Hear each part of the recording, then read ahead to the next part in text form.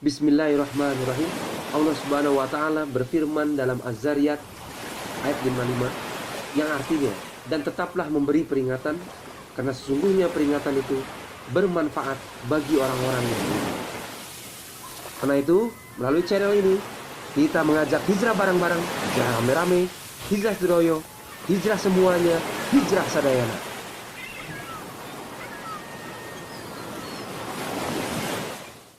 Bismillahirrahmanirrahim. Assalamualaikum warahmatullahi wabarakatuh.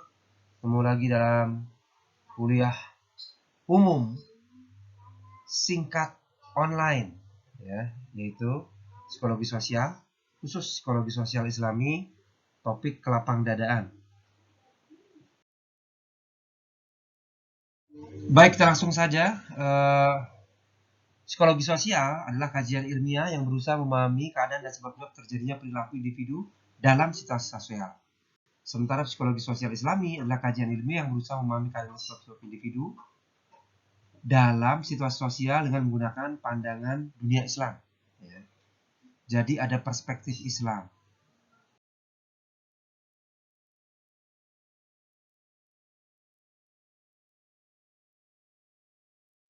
Baik, kita lanjutkan. Manusia adalah makhluk yang sudah disempurnakan penciptaannya. Disempurnakan seluruh potensinya untuk meraih seluruh kesuksesan yang diinginkannya, baik di dunia maupun di akhirat. Ya. Hal ini sesuai dengan firman Allah dalam surat Al-Infitar 6-8 berikut ini. A'udzu billahi minasyaitonir rajim. Ya ayyuhal insanu ma gharraka bi rabbikal karim alladzi khalaqaka fasawwaka fa'adalak fi ayyi suratin ma syaa rakkabak. Yang artinya, hai manusia, apa yang telah memperdayaimu berbuat durhaka terhadap Tuhanmu yang Maha Pemurah, yang telah menciptakan kamu, lalu menyempurnakan kejadianmu, dan menjadikan susunan tubuhmu seimbang. Dalam bentuk apa saja yang Dia kehendaki, Dia menyusun tubuhmu.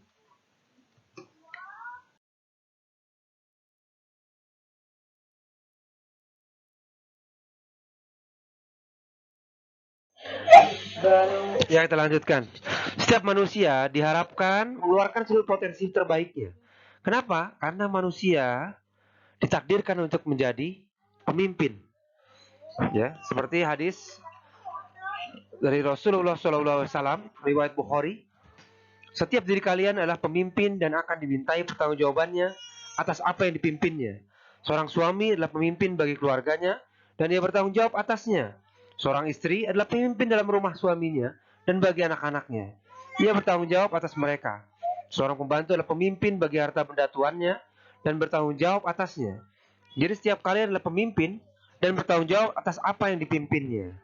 Nah ini ya, inilah kenapa kita perlu mengeluarkan seluruh potensi terbaik yang telah dianugerahkan pada diri kita.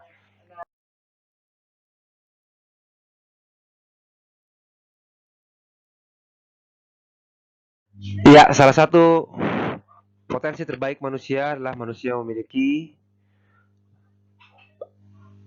pikiran dan perasaan, gitu ya. Yang dari pikiran dan perasaan itu, mereka bisa membentuk sikap-sikapnya sesuai kehendak mereka. Salah satu sikap yang bisa dikembangkan oleh manusia adalah sikap kelapang dadaan. Nah, kelapang dadaan ini sendiri, menurut Fuad Nasori tahun 2004, terdiri dari 6. Yang pertama, kesadaran spiritual, kesiapan psikologis, keyakinan akan kesanggupannya menanggung beban, kemudian pertobatan, pencarian hikmah, dan berpikir positif tentang masa depan. Ya, ini potensi manusia yang seringkali mungkin belum dikembangkan oleh setiap manusia atau setiap individu. Ya, padahal kita memiliki potensi ini.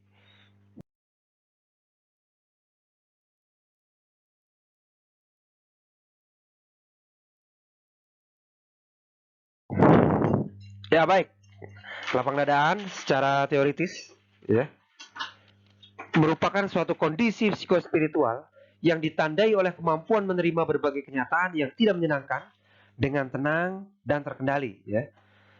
Lalu individu yang mengembangkan sikap kelapang dadaan ini akan memiliki kekuatan dalam jiwanya untuk bertahan dan tidak berputus asa manakala menghadapi berbagai situasi yang secara objektif manusiawi tidak menyenangkan secara psikis dan bahkan bisa menyakitkan secara fisik, ya.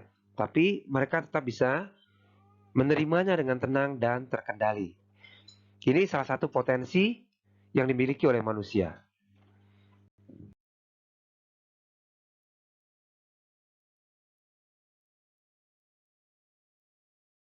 Oke, kita bahas satu persatu. Yang pertama adalah kesadaran spiritual, ya. Ini adalah kemampuan kita menghadapi keadaan yang tidak menyenangkan, ya. Kita menyadari bahwa keadaan yang tidak menyenangkan adalah ujian dari Allah Subhanahu wa taala. Dan mereka yang memiliki kelapang dadaan adalah mereka yang kokoh menghadapi kenyataan hidup karena meyakini kondisi-kondisi yang tidak menyenangkan itu datangnya dari Allah Subhanahu wa taala, ya. Firman Allah dalam surat Al-Ankabut yang artinya adalah, apakah manusia itu mengira bahwa mereka dibiarkan saja mengatakan kami telah beriman sedang mereka tidak diuji lagi? Nah, ini kesadaran yang pertama, bahwa mereka meyakini akan ada kejadian-kejadian atau keadaan yang tidak menyenangkan yang itu datangnya dari Allah Subhanahu wa taala. Keyakinan ini kemudian membuat mereka kokoh hatinya dalam menghadapi kehidupan ini.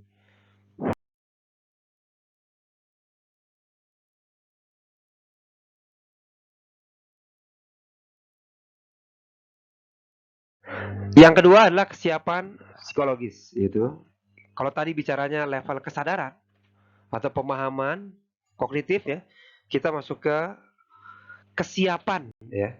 Jadi ini adalah kesiapan untuk menerima stimulasi yang tidak menyenangkan, ya. Kesadaran bahwa mereka yang kokoh adalah mereka yang kuat melewati ujian. Firman Allah Subhanahu wa taala dalam Ali Imran 186 yang artinya, kamu sungguh-sungguh akan diuji terhadap hartamu dan dirimu, dan juga kamu sungguh-sungguh akan mendengar dari orang-orang yang diberikan kitab sebelum kamu dan dari orang-orang yang mempersekutukan Allah gangguan yang banyak yang menyakitkan hati. Jika kamu bersabar dan bertakwa, maka sesungguhnya yang demikian itu termasuk urusan yang patut diutamakan.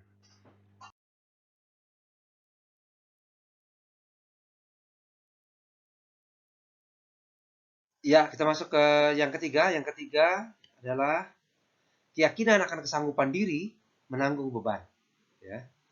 Jadi ini juga akan membentuk sikap kelapang dadaan, yaitu keyakinan diri bahwa beban yang ditanggung oleh individu tidak akan melebihi kemampuan dari menanggungnya atau kapasitas dari menanggungnya tersebut, ya.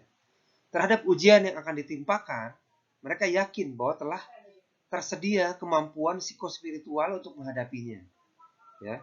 Dalilnya adalah firman Allah Subhanahu wa taala dalam Al-Baqarah, yaitu Allah tidak akan membebani seorang melainkan sesuai dengan kesanggupannya.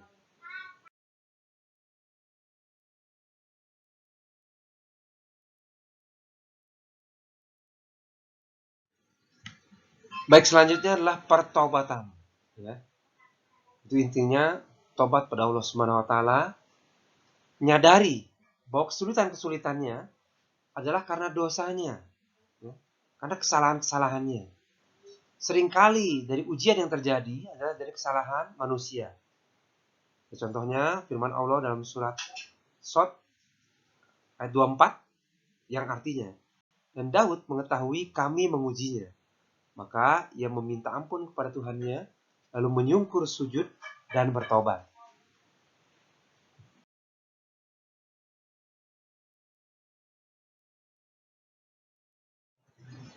Oke, baik. Berikut komponen kelima dari mereka yang memiliki kelapang dadaan, ya. Yaitu mereka senantiasa berpikir untuk mencari hikmah atau punya keyakinan bahwa selalu ada hikmah atau pelajaran di balik setiap kejadian yang terjadi. Ya, seperti firman Allah Subhanahu wa taala di surat At-Taubah ayat 126 yang artinya, dan tidaklah mereka orang-orang munafik memperhatikan bahwa mereka diuji sekali atau dua kali setiap tahun.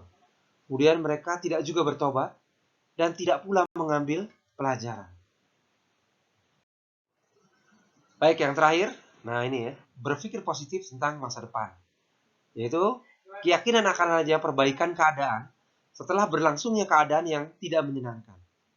Mereka percaya bila ada usaha, kemudahan kemudian akan menggantikan kesulitan hidup yang mereka alami. Ya. Nah, ini mungkin ayatnya sudah sama-sama kita hafal, yaitu surat Al-Insyirah 5-6. Ya. Karena sesungguhnya sesudah kesulitan itu ada kemudahan, sesungguhnya sesudah kesulitan itu ada kemudahan. Ya. Sehingga apa? Dari sini mereka berpikir bahwa akan ada hal-hal positif di masa depan setelah yang mereka lalui sekarang.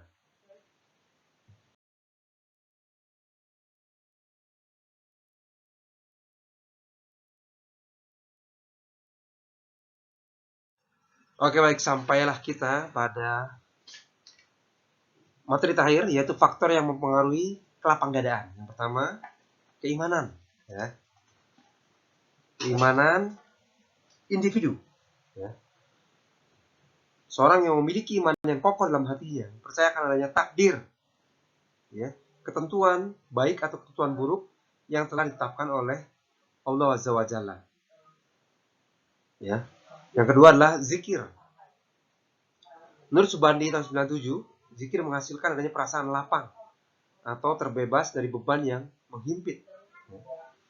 Kemudian tingkat penderitaan yang dialami. Nah, jelas ini ya. Berat ringannya penderitaan yang dialami ikut mempengaruhi kelapang dadaan. Kemudian sumber penderitaan. Nah, ini ya. Apakah yang secara subjektif atau secara duniawi itu berasal dari manusia lain, ya? Atau misalnya dari bencana alam yang besar, ya. Ini juga mempengaruhi kelapang dada. Selanjutnya usia, ya. Karena ada perjalanan usia, ya, ada tingkat kematangan individu dan lain-lainnya.